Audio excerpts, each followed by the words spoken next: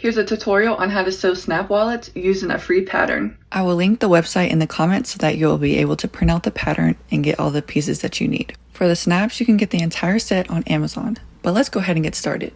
Go ahead and iron all your pieces. First, we're going to take our fusible fleece and iron it onto our mane. Now, I use batting just because I like it a little bit thicker, but do what you want. Now we're going to do the same thing with the flap lining, but this time we're going to use lightweight fusible interfacing.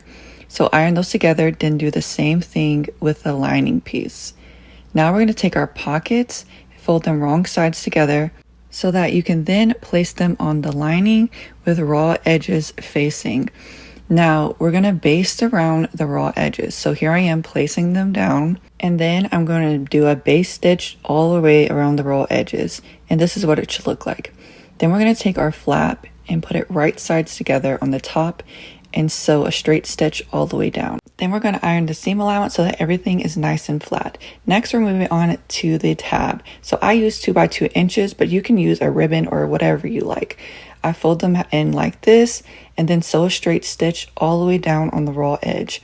And then you put it into your ring just like this. Going back to the main fabric, we're going to poke our holes so that we can put our little snap button in there. And it should look like this once it's completed. If you would like a tutorial for how to do the snap buttons, just let me know in the comments. Now we need to place our mark so that we can put our tab on.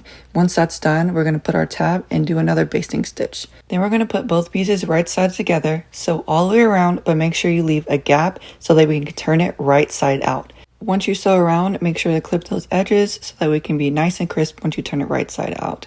Here's that gap that you'll see. Now we're going to top stitch all the way around so that we close up that hole and it looks nice. Now it's time to put our top button on. We're going to take our piece again, mark our hole at the top, and place our button on. And then you have a snap wallet. Nice and easy. If you have any questions, let me know.